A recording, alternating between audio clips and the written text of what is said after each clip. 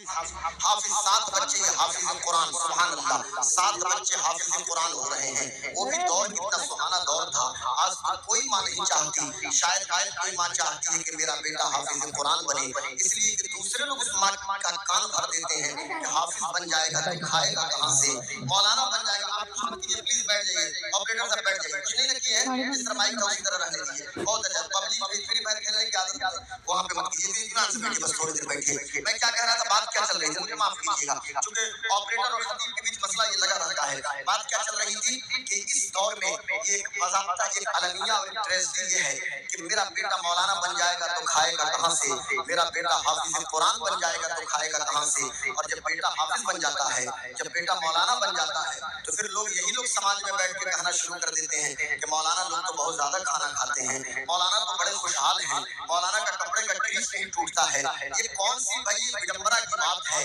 یہ دوہرا ماپدنڈ ہمیں سمجھ میں نہیں آتا۔ ایک طرف حافظ بن جائے گا تو کھائے گا کہاں سے، ایک طرف مولانا بن جائے گا تو اس کا انتظام کہاں سے ہوگا، اور دوسری طرف بڑے خوشحال عالم دین ہیں۔ اور ظاہر سی بات ہے علماء خوشحال اس لیے رہیں گے کہ ان کی خوشحالی کے لیے کسی اور نے نہیں بلکہ آمنہ کے لال نے دعا کی ہے، محمد عربی صلی اللہ علیہ وسلم نے دعا کی ہے۔ اور یہ حفاظ کرام کے چہرہ، ان کا چہرہ کیوں نہیں چمکے، اس لیے کہ ان کے چہرے کی بشاشت اور خوشحالی کے لیے حضور نے دعا کی ہے۔ یہ جو کام کرتے ہیں اپنی درسگاہوں میں بیٹھ کے، یہ وہ کام کرتے ہیں کہ خیرکم من تعلم القرآن وعلمہ، تم میں بہترین شخص وہ ہے جو قرآن پڑھے اور دوسرے کو قرآن پڑھائے۔ یہ لوگ مدرسے میں بیٹھ کے آپ کے بچے کو نیوٹن کا موشن لا نہیں بتاتے، یہ چاہیں تو نیوٹن کا موشن لا بھی بتا سکتے ہیں، یا آپ کے بچے کو البرٹ آئنسٹائن کا رول آف ریلیٹیوٹی E=mc²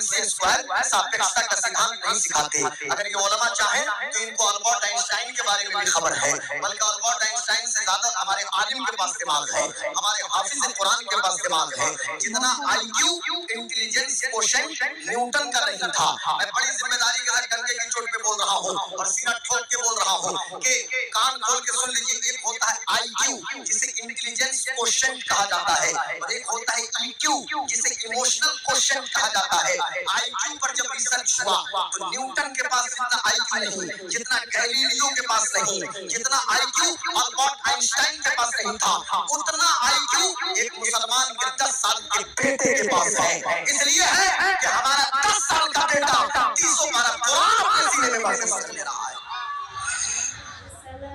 اللہ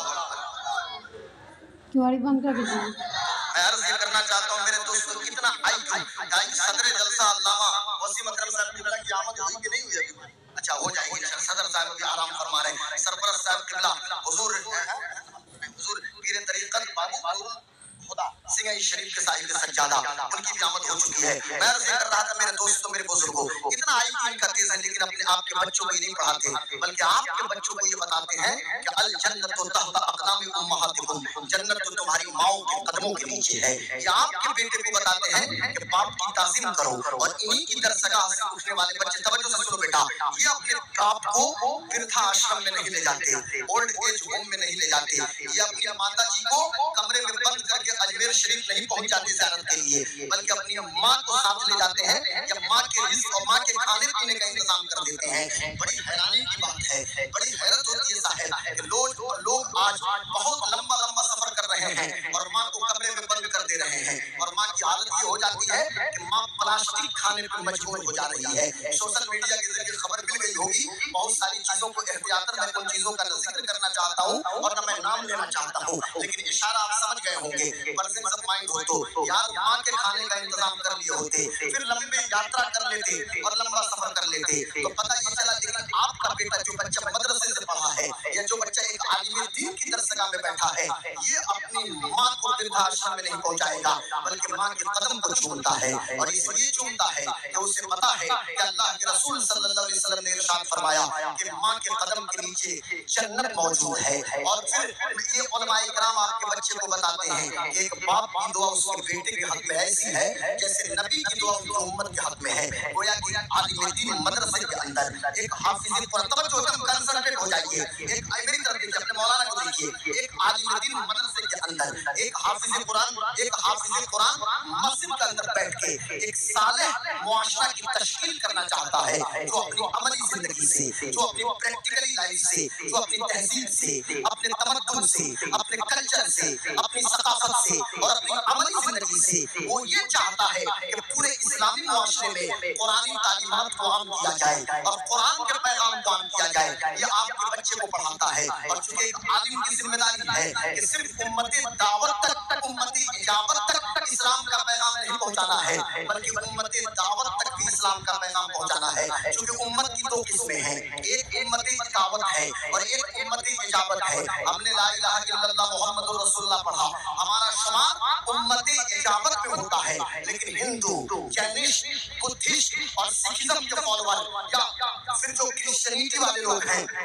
یا پھر جو جیوز ہیں، یا اور بھی جو دنیا میں جتنے بھی اسکول آف تھاٹ ہیں، ان کا شمار اسلام کے علاوہ جو اسکول آف تھاٹ ہیں، ان کا شمار بھی امت مصطفیٰ میں ہوتا ہے، پر ان کا شمار امت دعوت میں ہوتا ہے. ہماری اور آپ کی ذمہ داری ہے کہ ہم اپنے اخلاق کے ذریعے سے، ہم اپنے کردار کے ذریعے سے ان تک اسلام کے آفاقی پیغام کو پہنچائیں. اور یاد رکھیے گا، امت دعوت کے لوگ قرآن بعد میں پڑھتے ہیں، پہلے مسلمانوں کی عملی زندگی کو دیکھتے ہیں، پہلے ہمارے بیہیو کو دیکھتے ہیں. ایک ہندو قرآن نہیں پڑھے گا، وہ حدیث مصطفیٰ نہیں پڑھے گا، پہلے آپ کی زندگی کو دیکھے گا، ہماری زندگی کو دیکھے گا کہ مسلمانوں کے معاملات کیسے ہیں، ہمارے معاملات میں ٹرانسپیرنسی ہے کہ نہیں، ہمارے معاملات میں پاردرشتا ہے کہ نہیں، ہمارا بیہیو کیسا ہے، ہمارا اخلاق کیسا ہے، ہمارا کردار کیسا ہے. ایک وجہ تھی ایک ہندو اسکالر نے مجھ سے کہا تھا کہ غلام غوث قادری، جب آپ تقریر کرتے ہیں تو ہم اسلام کی سچائی اور اسلام کی مہتتا کو سمجھتے ہیں، اور ہم اس نتیجے پہ پہنچتے ہیں کہ دنیا میں ساروبھومک ستیہ کچھ ہے تو لا الہ الا اللہ محمد رسول اللہ ہے.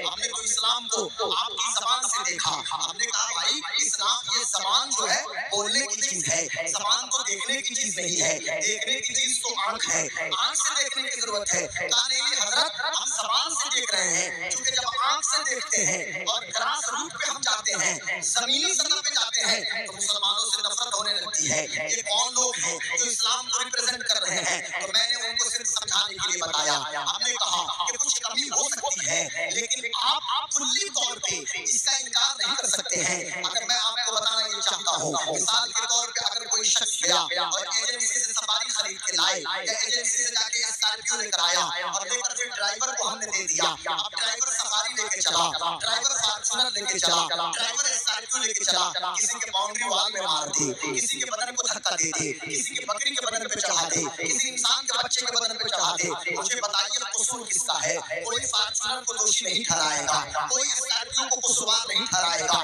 کوئی سفاری کو قصوروار نہیں ٹھہرائے گا. جب بھی کہیے گا تو یہی کہیے گا کہ ڈرائیور کا جو دماغ حاضر نہیں تھا، ڈرائیور موجود نہیں تھا. یہ اور بات ہے کہ وہ ڈرائیور ایسے تھے کہ جن کا دماغ حاضر نہیں تھا تو وہ جان بوجھ کے کسی کو نہیں پریشان کرتے تھے. لیکن اس نفرتی ماحول میں کچھ ڈرائیور ایسے بھی ہو گئے ہیں کہ سڑک چھوڑ کے بچے اگر چلے اور لباس ان کا کرتا پاجامہ ہے تو پھر ان کے بدن پہ جان بوجھ کے گالی چڑھانے کی کوشش کرتے ہیں. میں کہنا یہ چاہتا ہوں، میرے توجہ تو آپ اشارہ سمجھ گئے ہوں گے، میں بتانا یہ لگا کہ سمرن ایک بات آ گئی ہے، لیکن بات میری یہ چل رہی تھی. میں نے ان کو سمجھانے کے لیے کہا کہ بھائی یہ بتائیے اب اس میں اسلام کیسے قصوروار ہو گیا؟ اسلام کے صحیح ریپرزنٹیٹیو کو دیکھنا ہے تو دور مت جائیے، چلیے آج میرے معاملہ کی دھرتی پہ سلطان الہند حضرت خواجہ معین الدین چشتی غریب نواز اسلام کے سچے نمائندہ آپ کو دکھائی دیں گے. چلیے کچوچا مقدسہ کی دھرتی پہ معصوم اشرف سمنانی ریپرزنٹ کرتے ہوئے دکھائی دے رہے ہیں. چلیے مہرولی کی دھرتی پہ خواجہ قطب الدین بختیار کاکی موجود ہیں. چلیے دلی کی دھرتی پہ محبوب الہی حضرت نظام الدین اولیاء موجود ہیں. اور آج بھی صرف 30% کے اندر خرابی ہے، 70% ایسے مسلمان ہیں جو الحمدللہ صحیح طور سے اسلام کی نمائندگی کر رہے ہیں اور نبی کی سنت طیبہ پہ عمل کر رہے ہیں. نعرہ تکبیر، نعرہ